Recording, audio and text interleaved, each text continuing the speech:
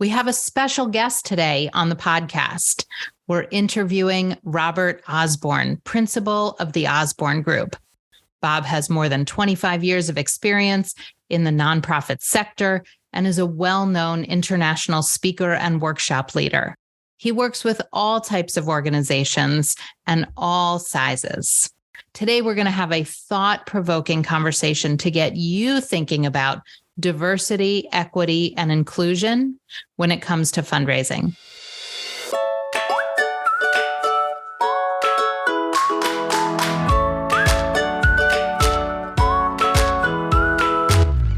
Welcome to All About Capital Campaigns, a podcast that provides fuel for your nonprofit's growth. Each week, Andrea Kilstead and Amy Eisenstein, co-founders of the Capital Campaign Toolkit, provide practical tips about raising more money for your nonprofit organization. Here are your hosts, Amy and Andrea. Bob, I'm so happy you're here with us today. It's just wonderful to have a chance to talk to you about campaigns and about diversity and equity and inclusion. But let me start by saying that I am super happy to know that you are beginning to collaborate with my old friend Andy Robinson, with whom I wrote this book on training exercises. And Andy and I initially created the website Train Your Board together. Then I withdrew to do this business with Amy, and now you are collaborating with Andy Robinson on the website trainyourboard.com, I think it is. I think so too. First of all, thanks for having me. I appreciate you inviting me on the podcast. So we are doing some collaboration with Andy. I think I met him maybe 2 years ago during the pandemic, and we were at a mutual virtual conference, and he added me to his mailing list. And I really liked just the look of it and the specificity of the board training he was doing. So, and then I saw that he was specifically looking out for people of color that are consultants. And so I reached out to him, and we've been doing some co-training together, and now we're doing Train Your Board together. It's always fun to meet fellow consultants, and I was surprised that our paths hadn't crossed before. We know certainly some of the same people, but it's been nice to get to know him. Yes, well, and I've sort of felt the same way about you also. I'm sort of surprised our paths haven't crossed before. You and Amy and I are really in the same and sort of tangential businesses. So why don't we your firm not only works on fundraising and diversity, equity, and inclusion, but you have done a ton of strategic planning and fundraising, and your firm is long and well established in this fundraising business. So we're delighted to have you. Yeah, I'm delighted to be here. Thank you. All right, so let's go ahead and dive in. So today we're going to be talking about diversity, equity, and inclusion as it relates to donor identification and boards. So Bob, why don't you get us started? How do you think about, or why should nonprofits be thinking about diversity, equity, and inclusion with regard to donor identification? Yeah, well, I would say, overall, I think it's a good thing for people to be thinking about for a variety of different reasons. I mean, as you both know, just have diversity of all kinds, not just ethnicity, but, geographic diversity, professional diversity, just different backgrounds, just makes not-for-profits stronger, right? You get different thinking and then having, representation from whatever communities that you serve is also really important, because again, you get the perspective of those communities, and again, you'll be stronger. So I'd say sort of overall, those are the kind of the big picture reasons. Around identification, I think this is kind of an ongoing debate. I definitely have a point of view, but I will headline it by just saying that when it comes to diversity, equity, inclusion, and specifically how it applies to any fundraising practice, I don't know that there's established best practice or an established consensus yet. So it's really an ongoing conversation, and I think that's always important to say as part of these conversations, that it is a conversation. And so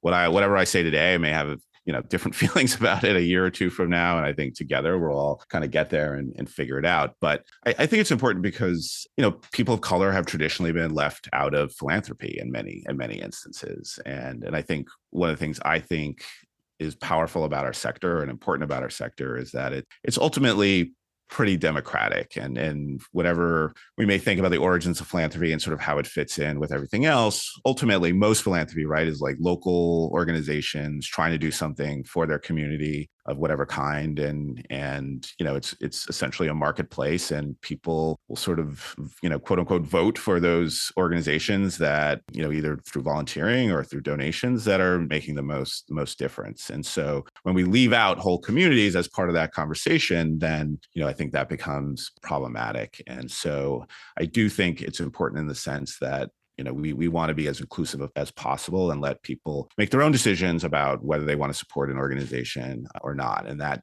means that they have to be at the table and they have to, be part of those conversations in the first place. One of the things that always on my mind about this is the diversification of boards and the diversification of campaign steering committees, for example. As you know, we're in the capital campaign business, so we see a lot of this through that particular lens. And, we know that it's easiest to reach out to people who are in your own immediate community, whatever that community is. And it takes effort and energy to expand outside of your immediate community. And I've come to understand, to believe that that's why we need to prioritize the diversity, equity, and inclusion aspect of what we do, because it's just easier not to. It's easier not to reach out to people who are not like us in all sorts of ways, not just racially, but in all sorts of ways. And when we prioritize it, right, in the capital campaign, for example, when we say, well, listen, why don't we spend some time really looking in our community to see who the donors are, who are not like the rest of the people in our immediate community, that's going to benefit us. What's your sense of how best to do that? How to be intentional about it? Yeah, I mean, it can be tricky and there's a nuance to it, but I would say overall, yes, you should do it. And, my colleague Laurel McCombs and I are always, we talk about board diversification a lot, but, we usually kind of headline it with like, yes, you can find BIPOC board members. Yes, you can. You're probably not looking hard enough. You probably just need to try harder. But that said, I don't want to minimize, we know who we know, right? We kind of move in our own circles, and that can be hard sometimes to reach outside of those circles, as you mentioned.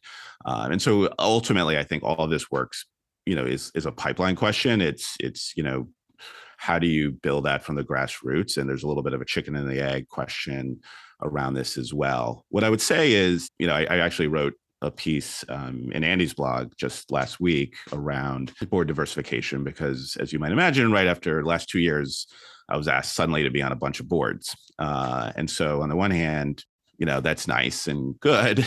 On the other hand, a fair number of these organizations I had no real prior knowledge of or involvement with. And so it was pretty clear what they were trying to do. And it's not even necessarily that I have a problem with that, but I would wish that they had been more upfront about it. Like just saying like, hey, we haven't been good about this. We want to be good about this. Would you help us be good about this? As opposed to just sort of pretending that they've given this deep thought about, why I, Bob Osborne in particular should be on this board, as opposed to we need an African-American or some diversity on the board. And Bob seems to fit the bill, like one the board chair didn't even know I was a fundraising consultant. I at least assumed that was why I was being invited on the board, but he was like, what do you do again? Wow. So it was very clear that they had no actual discussion about me other than, my ethnicity. So yeah, we got to start somewhere. And so I certainly don't fault organizations for attempting to bring on people of color onto their boards. I think it does have to start somewhere. And if that hasn't been something you've historically done, then, it's going to kind of feel a little bit out of the blue. But I think we just have to be honest about it. And, it's just like anything, you might invite a board member on and saying, hey, we need to change the board in this way. We need more donors. We need more people with influence. Can you help us do that? So I would say this isn't any different. And it feels badly when it's not that way. So, I have other thoughts about it, but I would say that's kind of the big highlight around, boards. I have a cautionary tale. I haven't thought about it for quite a while, but I have a friend whom I met because she was on the board of an organization I was working with some time ago here in New York. And my work with that organization was challenging. Actually, the committee I was working with had some challenging members. And this woman and I ended up going down the elevator together. And I said to her, "Gee, was that as difficult a meeting as I thought it was?" And she said, "Yes. You want to go and have a cup of coffee?" Now, this was a woman of color. She had been the only woman of color in the room on that committee. And over the year, we became friends. And over the years, I got to know one another. And what I learned from her was about her board experience there and elsewhere, which is that people would invite her to serve on a board because she was a woman of color. And then she knew that board members were socializing, but nobody would ever invite her to socialize with them. And it felt like she was really there just because her face was a different color. And nobody wound her into the life of the organization in any more effective way than that. And I thought it was such a wonderful cautionary tale, and that you can't just invite someone to be there to be window dressing, right? It has to be a deeper commitment to understand how other communities live, or to really embrace the people, all of the people who are on your board. Just that story really, because I got to know her so well, I got to understand how damaging it was for her to be treated in that way. Yeah, I mean, it's a great point. So recently, over the summer, we at the Osborne Group were debating, which acronym we were going to use. We're going to use DEI, DIB, JEDI, and we went ultimately with DEIB, diversity, equity, inclusion, and belonging, for that reason, because it isn't just enough to invite people on, but once they're on, you have to, once they're part of the organization, you want them to feel like they are part of the community as well. And I would say, as a person of color, and as someone who served on boards and continues to serve on boards, I think that's the toughest part in some ways, is creating that feeling. And it can be as blatant as you just said, like just people just not making an effort to socialize. It can also just be topics of conversation that you have. Like for me, the hardest thing is, my parents obviously started the Osborne Group, and they do just fine for themselves. But the reality is, when I grew up, we were pretty middle to working class. And so the times that I feel most sort of out of place probably revolve around class. Now, I've learned over the years, I do okay for myself as well. But, often I'm in spaces where we're just talking about things that I just don't do. Like, are we talking about helicopter skiing? I don't do that. I'm not going to do it. So most probably most of us don't. Only a certain sector of donors, a certain segment of donors. But yeah, that's a good example. That can be a subtle thing like that, where no one means any harm. And I certainly don't fault people for wanting to talk about things that are important to them. But also, I think we have to be aware. We should try to be aware. Like, are we talking about something, in this space regularly, that is going to make the people, some people feel uncomfortable. It's just something that they can't relate to. And it's not to say that you can't, you should talk about what you're interested in, but it's just, I think, just being conscious of are we creating an inclusive environment where people feel like they belong, and what can we do around that? Because it's often those subtleties that actually drives board members out. And it will be just that subtle. It'll just be an accumulation of those kind of things where people just say, like, I just don't, this isn't the board for me. I don't feel comfortable here. It's a good organization, but I have my time is valuable. There's lots of good organizations out there. There's lots of things I care about. And I'd rather find the place that, where I do feel like I belong, and I wish them well. It's not hostility or even anger about it. Usually it's just kind of like, this just isn't for me. And so I think we just have to be conscious of those kind of interactions, because, and then that can be for women, it can be, I think probably the most common example is just men talking a lot and not really leaving space for other people to speak. That can be a belonging issue as well. Amy and I understand that. I'm sure you do. Well, I think that's such a good specific.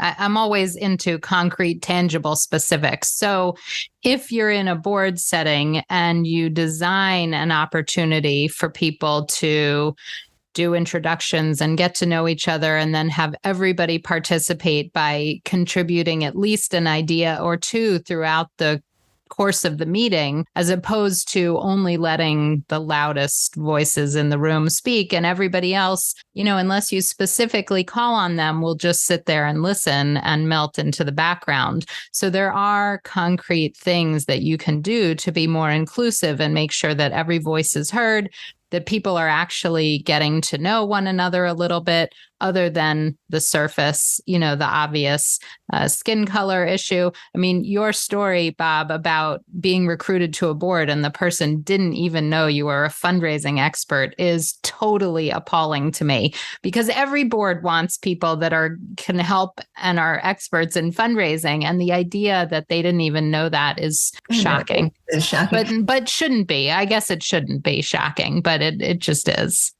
Yeah, it can be unsurprising and shocking at the same time, right? Yes. So I think, that's kind of the story of our times. I mean, we all have stories, right? And we all, I think, from Me Too on, have really, I think, been thinking about our work differently. And I don't know about the two of you, but there's certainly things that I look back on and say, oh, I can't believe that we just accepted this or just let this go. I mean, certainly as women fundraisers, I'm sure you have stories to tell around that. And, in the past, I think, and too often we probably just accepted that as just, well, that's just fundraising, right? That's just what you do. And so I'm happy now that people are approaching these topics with more intentionality and really thinking, just because we've done things this way always doesn't mean that we have to continue to do it the same way. And usually the things that just create a stronger board in general are the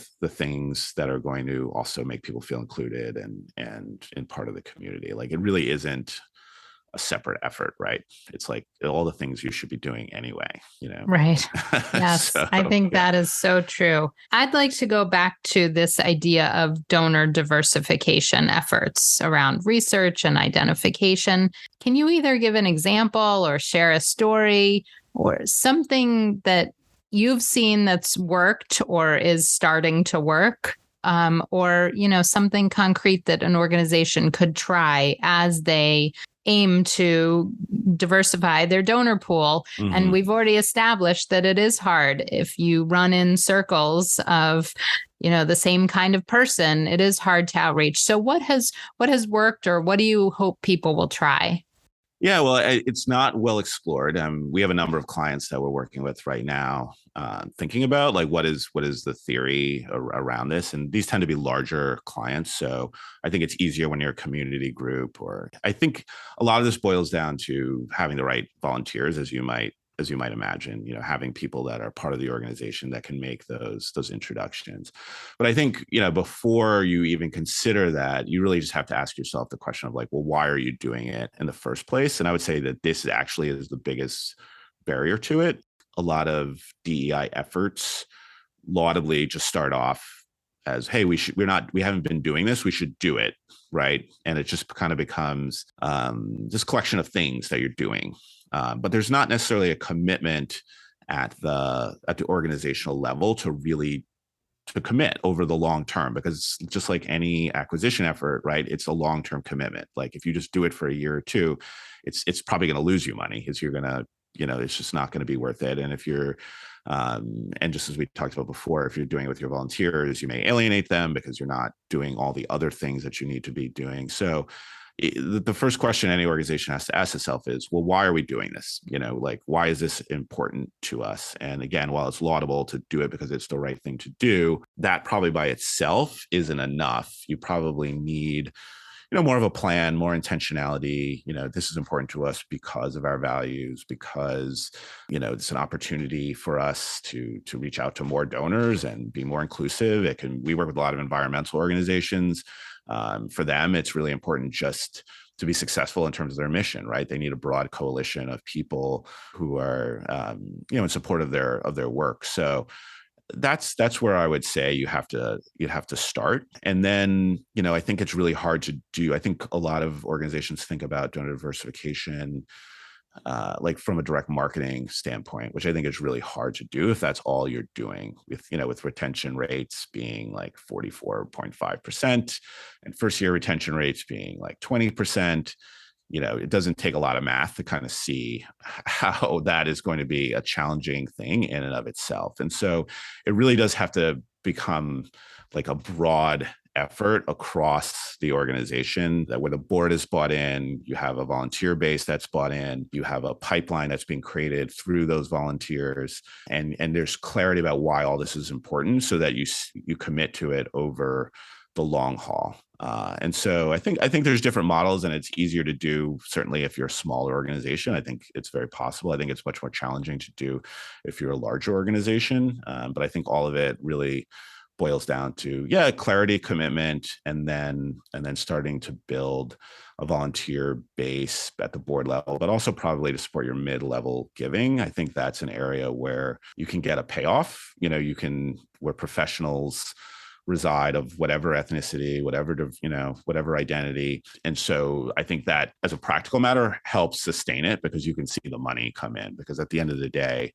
we're about the money and there has to be the return on investment. And I do think that's important and sometimes gets lost in these conversations, and not important just because we're fundraisers, but because if we're not getting return on investment, we're not going to do it. Because ultimately, as soon as a recession happens or something goes wrong, we're going to revert back to whatever it is that we were doing before. So I think any DEI effort around donor diversification or any other kind of DEI effort as it pertains to fundraising, that ROI has to be there, not purely for capitalistic reasons, but just for sustainability reasons. I worry that there's just going to be, we tried that, it didn't work, so we reject all things DEI and fundraising, and we're going to go back to what we did. Right. I think that's a good point. There has to be some understanding that some of this is trial and error, and you're in it for the long haul. I thought it was interesting that you said it might be easier for smaller organizations. I bet some of them are thinking, no way, we don't have any resources, but I'm sure it's challenging in different ways for all types of organizations. Andrea, you looked like you had some thoughts or a question. Well, I think it's easy for white people to assume that people of color don't have resources and aren't generous. And that actually, for the most part, turns out to be not true. I did a campaign years ago, actually, for the Brightside Baptist Church, and they were building a community center. And we worked very hard to draw from both sides of that community, from the congregation, the people who were involved in the church, and from the wealthier people in the community who gave the largest gifts, right? The foundation people in the community. And I think it was a real eye-opener that when the people, who traditionally gave the largest gifts in that community began to understand the power of the generosity within that church. Mm-hmm. And how people of color gave. They gave differently from the way the white community gave, but they were more generous, certainly relative to proportional wealth. They were more generous. So I think we make assumptions that often aren't true. Yeah, well, I think that's a big assumption that gets made even by people of color too. I mean, I get into this argument with people of color as well, where we can't ask money in this community for this reason. And the underlying premise of that trepidation is that there's no money there and there's no generosity there. And there's not lots, but there's solid research, I think, at this point that that people of color are often more generous relative to their wealth. The Smithsonian and the African American Museum in DC, 74% of the $1 million gifts in that campaign were from African Americans. And so, I think lots of time we just don't really give it the thought, and we don't know where to look, right? There's most people of color have networks, but they're not necessarily connected to the traditional networks that organizations look at. And so it feels like it's just not there, but that's right. But you're just, you're not looking in the right place. And so again, we kind of throw up our hands and say, well, it's not there. Or we don't think, when we think of Black wealth in particular, let's say, we're thinking about Oprah or Robert Smith, and we have like 5 names that we're thinking about instead of thinking about, this managing director of this bank or the local C-suite. There's lots of professionals who in every community that have wealth, and we generally don't think about that in general, I would say, not just for Right. for people of color, but we don't always kind of look that layered down. Right. And there is much more wealth in that next layer down than you might imagine. I mean, I think I've experienced people who, for example, own McDonald's franchises. So somebody buys one McDonald's franchise. Well, and if you start to pay attention, after a while, they own 5 McDonald's franchises. Now there is serious money to be made in that part. And we don't think about that, right? We don't think about people who are entrepreneurial and successful in that way. And they can be people of any color who are, who do that. So I think once again, it goes back to the fact that we started with, which is that it's easier to go where we know and feel comfortable. Mm-hmm. And it is harder to go to places we're less comfortable. We're afraid we might make mistakes in doing it. We don't know if there's a payoff or not. We don't know how to tiptoe in without, there's a lot of trepidation about all of that. But we need, I think, to start making decisions that we're willing to do that. Excellent. It's just, I'm sorry, Amy, go ahead. No, that's all right. I was just going to start to wrap us up, but please share your thought.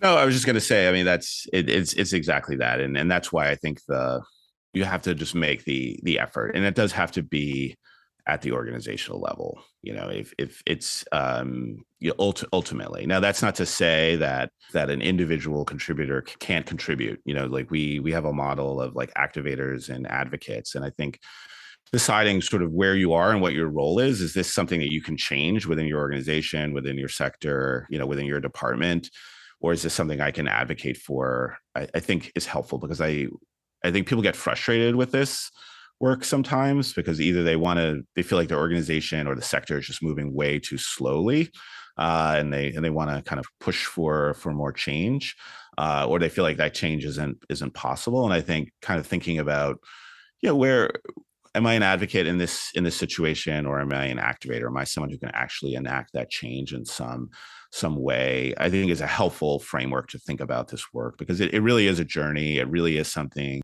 we'll wake up 20 years from now and we'll have some best practice around this. But for now, it's conversations like these where we'll work out what the right thing is and how to do this work well. So, we're always happy to be part of these conversations because we think they're important, and we're always happy to be challenged as well. Just we're not a positive that we're right. We definitely have a point of view. We've definitely thought about it, but I think just the fact that we're even having these conversations is exciting. Great. Well, we completely agree. So thank you for being willing to have the conversation with us and help us on our journey. And hopefully by sharing this with others, we've helped you on your journey. Bob, why don't you share a little, just briefly, about what you do at the Osborne Group, who you serve, and who would be helped by calling you up? Sure. Well, we're generalists, so we do most things for not-for-profits at the Osborne Group, other than branding. We don't really do that, but we do development plans, feasibility studies, capital campaign plans. We are lately doing a lot of values-based, values-driven fundraising, and what that looks like, and that's been exciting. We do opinion research, focus groups, and we've done that in the DEI space as well as it pertains to fundraising. So that's been interesting. And then we do a lot of strategic planning as well. So pretty soup to nuts consultancy. We have clients as big as a couple $100 million a year budgets. We have clients that are $2 million a year and everything in between. So Great. Yeah. And we love working with all not-for-profits. It's exciting for us. Excellent. Where can people find you? What's your website? The website is theosborngroup.com. Excellent. Thank you so much for joining us. Thanks for having me.